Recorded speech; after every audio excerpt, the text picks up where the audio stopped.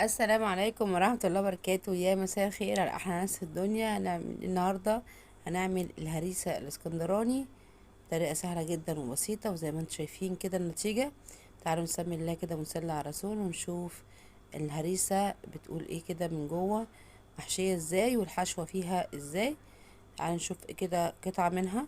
طبعا انتوا زي ما انتم متعودين مني على طول لما بكون بعمل بسبوسة او اي حاجة من الحلويات الشرقية، ما بستناش عليها بصراحة تبرد، لازم اقطعها وهي سخنة، ودي بتبقى النتيجة لازم تتبهدل كده مني وانا بقطعها قدامكم.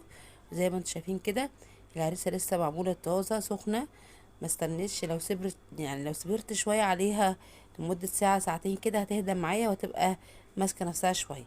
تعالوا هنا نبدأ مع بعض المكونات معانا. زي ما انتم شايفين كده معايا كيلو من الدقيق السميد، معايا 200 جرام من اللبن، 260 جرام من السمنة العادية خالص او سمنة البلدي، وعندك 300 جرام من السكر، نص كوباية من جوز الهند الناعم، 60 جرام من الدقيق العادي الدقيق الابيض، كيس فانيليا، رشة ملح، معايا 100 جرام من عسل الكلوكوز، ومعلقة كبيرة من البيكنج باودر. ده الدقيق الابيض اللي بوريهولكوا 60 جرام منه. وعندي 100 جرام من عسل الكلوكوز، وعسل الكلوكوز عشان ينزل من البطرمان لازم احط البطرمان في ميه سخنه كده عشان يدفى، زي ما انت شايفه كده عشان ينزل معايا بكل سهوله. ادي اللي هو جوز الهند الناعم اهو. لو عندك خشن ممكن تطحنيه من مطحنه الخلاط، مفيش مشكله خالص. تعالي نجيب حله كده ونحط فيها المواد السايله، هنعملها معامله البسبوسه بالظبط. هحط المواد السايله اللي هو اللبن والسمنه والعسل الجلوكوز والسكر، تمام. يدوبوا على البوتاجاز كده بس ما يسخنوش، يدوبوا بس. لو الخليط سخن منك ما تحطهوش على الدقيق البسبوسه، اصبري لما يبرد شويه. هحط نص كميه السمنه كده بالشكل ده، وهسيب النص التاني هقولك دلوقتي هنعمل ايه مع بعض. انا هدعكه كده بالسمنه بس، اما نحط دلوقتي كل المكونات مع بعضها زي ما انت شايفه كده.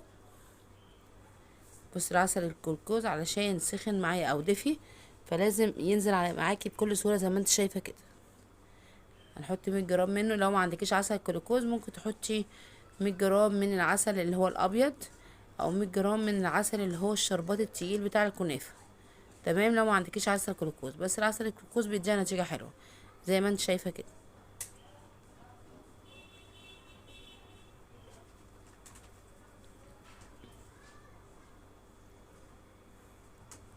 هنزل كميه العسل الجلوكوز كلها طبعا عشان دي مقادير، ما ينفعش ان انا اسيب في كل حاجه شويه كده، هتبصي تلاقي المقادير معاكي ايه، باظت معاكي. هحط الفانيليا. طبعا هو مش معنى ان احنا مفيش يعني يعني مفيش بيض يبقى ما احطش فانيليا، تمام. هدوب السكر كده بالشكل ده معاهم، احطهم على النار ونيجي مع بعض نشوف هنعمل ايه في المواد الجافه. هقلبهم تقليبه كده بس الاول عشان يدوبوا معايا، وهوتش على النار كده لحد ما يدفوا معايا، هتلاقيهم فكوا كده ودابوا مع بعض. هاجي بقى اجيب السميد هنا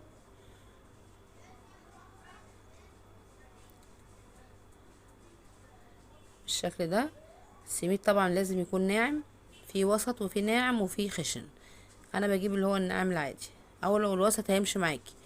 ضفت الدقيق وضفت جوز الهند وضفت ال البيكنج باودر ورشة الملح بالشكل ده، وهقلبهم تقليبة كده. وبعد كده هنزل عليهم بقية كمية السمنة اللي احنا قلنا عليها نشاها، تمام. بس اقلب كل المكونات الاول علشان ما يبقاش ايه في حاجة ما اتقلبتش. هقلبها كويس عشان في فانيليا وفي رشة ملح، ممكن الملح يجي في يتجمع في مكان واحد. الفانيليا نفس الحكاية كده، لازم اتأكد ان كل المكونات امتزجت مع بعضها علشان ما يبقاش في حاجة تيجي في بق كده وانت بتاكلي الهريسة طعمها مش كويس. هقلب بقى، هنزل كل السمنة زي ما انت شايفة كده. انا هقلبها في بعضها كده زي ما انتم شايفين لحد ما يبقى قوامها زي الرملة المبلولة بالظبط. هفضل ادعك فيها كده هبسها زي ما انتم شايفين. هجيب دلوقتي هشيل المعلقة خالص وبعد كده هعمل بايدي. انا مش هعجن ولا اي حاجة، انا هبص زي ما انت شايفة كده بقلب او بفرك في بعضها كده، بحاول اشرب كل حبيبات الدقيق بالسمنة اللي موجودة عندي، تمام. طبعا انا قلبت الخليط والخليط داب كده وسخن شوية، بس بقى يبرد عبال ما اجهز بقية الهريسة زي ما انتوا شايفين كده. بحاول اقلب كل الحبيبات زي ما انتم شايفين بالسمنه علشان تبقى متغلفه بالشكل اللي انتم شايفينه ده. طبعا اللي وصل معايا لحد الدقيقه دي فضلا وليس امرا يحط لي لايك ويشترك في القناه لو ما اشتركتيش، وتكتبوا لي تعليق حلو كده زيكم تقولوا لي تتابعوني من انهي بلد. تعالى بقى نعمل الحشوه بتاعه الهريسه. عندي هنا نص كوبايه سوداني محمص. انا بجيب سوداني محمص، ما بجيبوش طري، ما بجيبوش ني، علشان يبقى طعمه حلو في الحلويات. بجيبه محمص من المقلى عادي، وبكسره كده بحاجه علشان يبقى بس ايه، يتكسر نص كده، مش عايزه انعمه قوي. وعندي نص كوبايه زبيب، وربع كوبايه جوز هند. تمام. حطيت عليهم معلقتين سمنه بالشكل ده علشان بس اقلبهم مع بعضهم، احشي بيهم الهريسه. ولما اجي اقلب الهريسه او اقطعها مثلا، الحشوه ما تبقاش ناشفه معايا وتقع مني. السمنه دي هتمسك الهريسه معايا وتخليها تبقى ثابته كده في النص، الهريسه ما تقعش منك زي ما انت شايفه كده. انا جبت هنا، طبعا انا لسه مكملتش بقيه عجينه الهريسه. انا بس دعكت السمنه بالمكونات بس الجافه، علشان لما ادلق السوائل لازم احط السوائل البسبوسه في الصينيه على طول، الهريسه يعني. ما ينفعش ان انا احط السوائل واسيب البسبوسه على جنب شويه، لازم افضيها في الصينيه على طول. فكان لازم اجل الخطوه دي لحد ما اقلب المكسرات بس مع بعضها. زي ما انت شايفه كده الخليط اتقلب معايا خلاص، وكان دافي مش سخن. ما احطش الخليط سخن على البسبوسه. الخليط دي هيعضم معاكي وهتنشف منك الهريسه او البسبوسه. تمام. زي ما انت شايفه كده انا مش بعجن، انا بقلب بس بدخل المواد كلها ببعضها علشان مش عايزه اشوف اي دقيق خالص. بالشكل ده مجرد ما الدقيق معايا يختفي خلاص انا هوقف، وهتصب الخليط على طول في صينيه. تمام. طبعا في الوقت ده انا مشغله الفرن. هجيب بقى صاج كده او اجيب صينيه على قد الكميه اللي عندي بتاعه الخليط، وهشوف هنا انا الكميه عندي تعملي صاج زي ده. الصاج ده 30 في 40. هقسم كده نص الكميه، نص كميه البسبوسه او الهريسه بالشكل ده.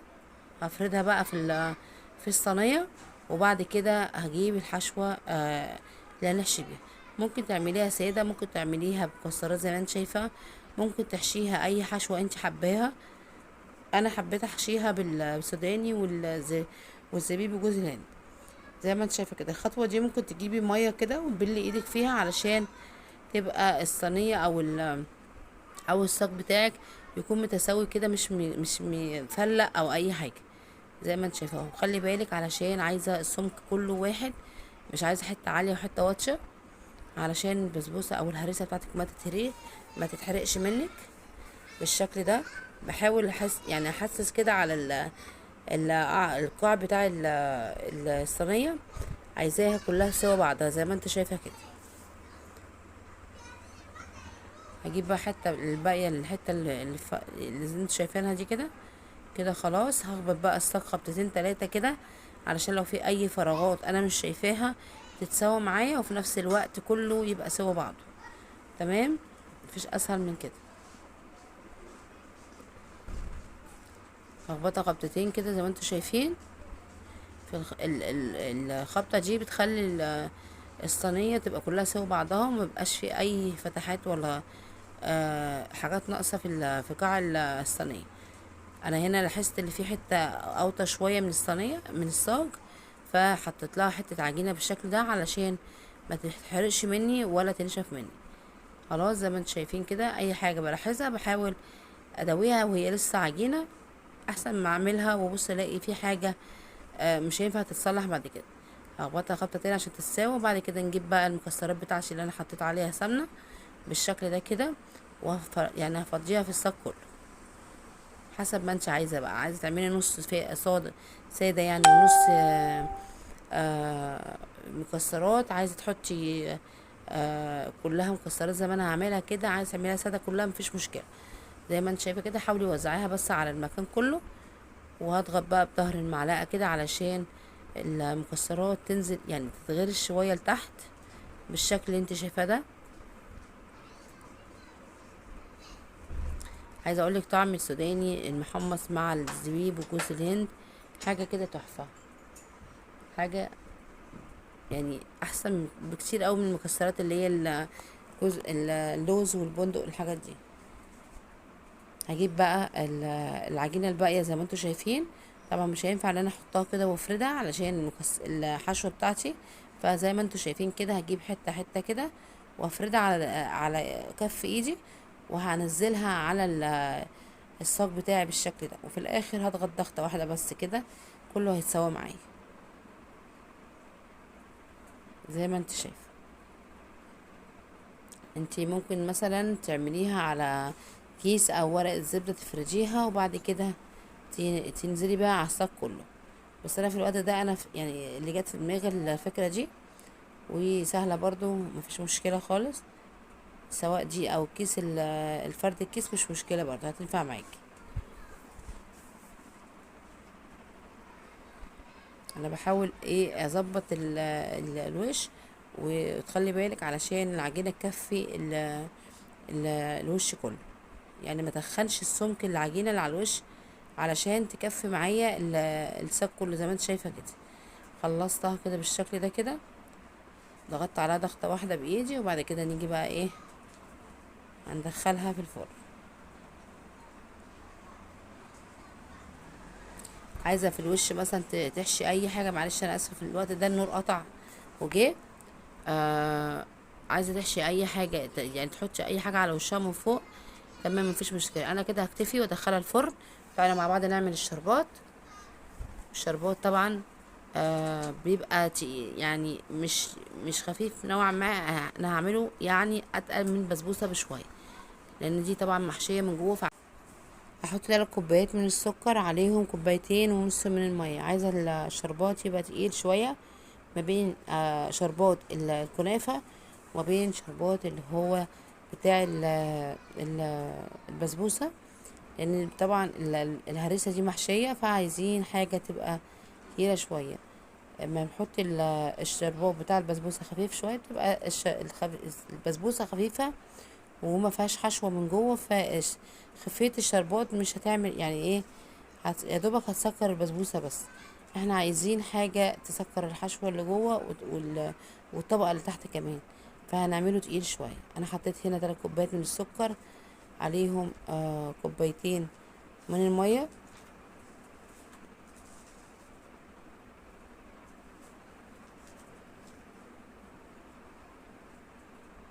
وهنزل عليهم نص كوباية من العسل الكركوز بالشكل ده. وزي ما انت شايفة العسل الكركوز لازم علشان ينزل بسهولة دي لازم احط البطرمان في مية مغلية او المية سخنة علشان يفك معايا بسرعة. طبعا عايزه اقولك اللي بيبقى الغطا بتاعه جامد قوي ما بيتفتحش معايا بسهوله، فبضطر ان انا افتح البطرمان من النص كده علشان يسهل معايا الشغل بالشكل ده.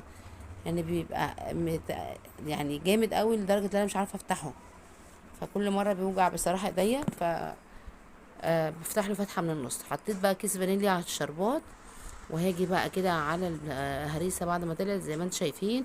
خدي بالك كده من الفتحات اللي في الهريسه كده بعد ما شققت شويه، وشوفي بعد ما نسقي الشربات ونهدى كده شويه هتبص تلاقي كل الفراغات اللي موجوده دلوقتي ما بقتش ليها اي اثر. طبعا الشربات بيخش جواها كده يتغلغل جواها، وما بيخليش فيها اي حاجه مشققه، بينفشها تاني ويخليها ترجع ترد تاني في السوق. وزي ما انت شايفه كده، لو انت واخده بالك اللي هي معليتش معانا ولا حاجه، يعني هشت حاجه بسيطه. احنا مش حاطين معلقه كبيره، احنا حاطين معلقه صغيره بس يا دوبك ايه ما تبقاش مكتومه من جوه، بس مش اكتر من كده. في نفس الوقت زي ما انت شايفين الله اكبر بتعمل الشربات، بتشرب الشربات بكل سهوله. ان ده بيدل على انها طريقه ناجحه جدا وهتنجح معاكي من اول مره. وزي ما انت شايفه لازم اعمل من الجناب كده، وفي كل حته لازم احط فيها شربات علشان اضمن اللي هي تبقى كلها مسقيه بالشربات بالشكل ده. وخصوصا ان انا عامله صاج كبير فلازم اتاكد اللي هي شاربه شربات من كل حته. تمام، بالراحه كده علشان بس ايه مفيش يعني ارتفاع في الصاج ولا اي حاجه، فالشربات ما يقعش في الارض بالشكل ده كده. طول ما هي بتشرب معاكي الشربات اديها شربات، ده يدل ان هي طريقه ناجحه جدا وهي عايزه تشرب تاني. ان طبعا دي طبقتين زي ما قلنا، والطبقتين لازم يشربوا شربات بكمية علشان تطلع معاكي تقيلة كده وطرية زي ما انت شفتيها في اول الفيديو، وفي نفس الوقت متماسكة طبعا. بس انا ما بسيبش الحاجات زي ما انا بقول لكم، ما بسيبش الحلويات تبرد. لا انا يعني ببقى مستعجله عليها بصراحه، بتبقى ريحتها حلوه قوي. في نفس الوقت عايزه اخلص الفيديو بصراحه وما بحبش اطول. عارفه لو يعني لو انا هعمل الحاجه واسيبها تبان براحتها هتبقى الحاجه كويسه. بصوا زي ما انتم شايفين الفراغات هتسدد معايا بعد ما يعني ايه هديت شويه، دي بعد 5 دقايق من الشربات بس. انا مش هبتهاش اكتر من كده. بس ملاحظين ده يدل الدوسه دي كده اللي هي شربات كويس، وبرده بيبين اللي هي لسه سخنه. هي لو باردة مش هتدوسي فيها باين كده. تمام. بصوا كده الشكل عامل ازاي. تعالوا بقى ايه، عايزه اقول لكم اللي انا برضو مش بولع عليها شوايه، انا بسيبها تحمر من فوق وتحت مع بعض كده. بحطها على الصاج الشبكه اللي هي في الرف اللي هو اللي في الاخراني خالص اللي قبل الشوايه بحاجه بسيطه، وما بولعش شوايه، بسيبها تستوي من فوق وتحت مع بعض. وزي ما انتم شايفين ما شاء الله اللون كله موحد. تعالوا مع بعض بقى نشوف القطعه كده ونشوفها من جوه عامله ازاي. يعني انا عايزه الفيديو ده يعني اليوم ده يرجع تاني بصراحه. حاسه ليه طعمها لسه بقي لحد دلوقتي. طبعا صاج هريسه زي ده لما تجيبيه من بره يعني انا عايزه اقول لك يبقى مبلغ وقدره. احنا عارفين دلوقتي من ساعه ما السكر غلي والخامات غليت، فبتلاقي الحاجه بصراحه مولعه في المحلات. يعني كتر خير اللي يجيبه يعمل دلوقتي بصراحه. زي ما انتم شايفين كده، بصوا الشربات، بصوا مرمله من جوه ازاي. انا بس يعني اسفي الشديد اللي انا ما بسيبهاش تبرد، دي مشكلتي في اي حلويات شرقيه. زي ما انتم شايفين كده مرمله جدا ودايبه دوب، والشربات واصل لحد تحت، لحد الطبقه اللي تحت زي ما انت شايفه ما شاء الله.